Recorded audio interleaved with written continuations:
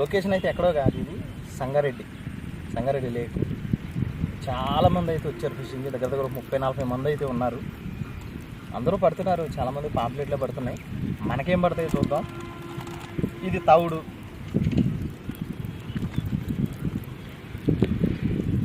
కోహినూర్ అంటే ఇది గోధుమ పిండి. ఈ గ్రీన్ కలర్లో ఉండే 90 అనుకున్న వాళ్ళు, ఇది 90 కాదు, చెరులో నీళ్ళే కలుపుకోవడానికి.